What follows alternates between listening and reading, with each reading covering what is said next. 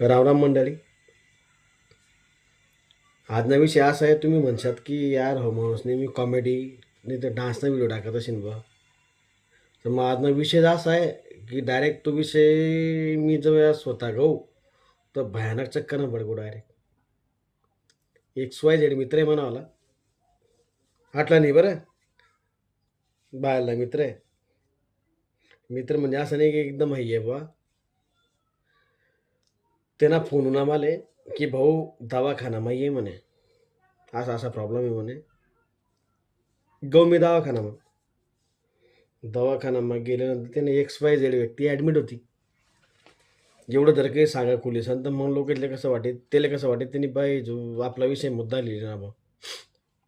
XYZ व्यक्ती admit होती. पण मी नेमकं गहू तवय नेमकं ते डॉक्टरांनी त्या उन्हात रिपोर्टिंग येतच तसं. मग डॉक्टरने काही मेडिसिन वगैरे लिही दिली. भाऊला मेडिसिनची चिठ्ठी दिली, भाऊ घ्या लिहावाले. भाऊ जवळ लिहावाले घ्या मेडिसिन, तर त्या भाऊनं XYZ व्यक्ती होता. एवढं खुलीसनी सांगता यावं, कारण काही काहीच ना लोकेच नाही ना एकदम घडेले तशा गोष्टी. त्यामुळे कोणी असं लागे नाही लिहायला पाहिजे. त्यामुळे काय आहे, काही गोष्टी आपले समजले नाही पडते. काही गोष्टी त्या व्यक्तीने मला एकच गोष्ट सांगी, ती गोष्ट सांगितली डायरेक्ट मला डायरेक्ट दिमाग आहे ना, दिमाग डायरेक्ट काम करा. आणि त्या व्यक्तीने एकच सांग की बेटा आयुष्यामध्ये सगळं कमाव, काही कर, तुला शौक पाणी काही जे बी करणार असेल ते बी कमाव, पण मायबापले कधी सोडानं नाही. काय बोलणार असेल ती व्यक्ती, आयुष्यामध्ये सगळं कर पण मायबापले कधीच सोडू नको, कारण तिसने तुमले पैदा करेल. काय बोलणार, कारण तिसने तुमले पैदा करेल, त्यासनं उपकार कधी विसरणार नाही.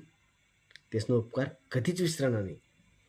काय माहिती आहे का, पोर असले तर नाही सांगणं, पण ज्या जर कधी वयस्कर व्यक्ती हा व्हिडिओ ऐकतीन देखतीन, तिथली एकच म्हणणं आहे, पोरगा असो पोरगी असो कितला का जवळ असे ना, एकोणता एक मी बी एकोणता आहे की मी बी एकोणता एक असा विषय नाही की आम्ही 10-15 आहेत बा.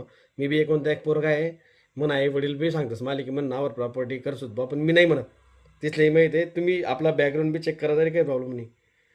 पण ज्या जुना लोक ऐकणार नव्हतील ना, त्यातली एकच सांगा, कितला बी रक्ताना पोऱ्या असेल काही असेल, काय आहे माहिती आहे का, जोपर्यंत माणूस मरत नाही तोपर्यंत प्रॉपर्टी कोणाच नावावर करू नका. तुम्हाच नावावर राहू द्या. तुम्ही मरेल नंतर काय दांगडं होणार आहे होऊ द्या, कारण कंडिशन एवढी भयानक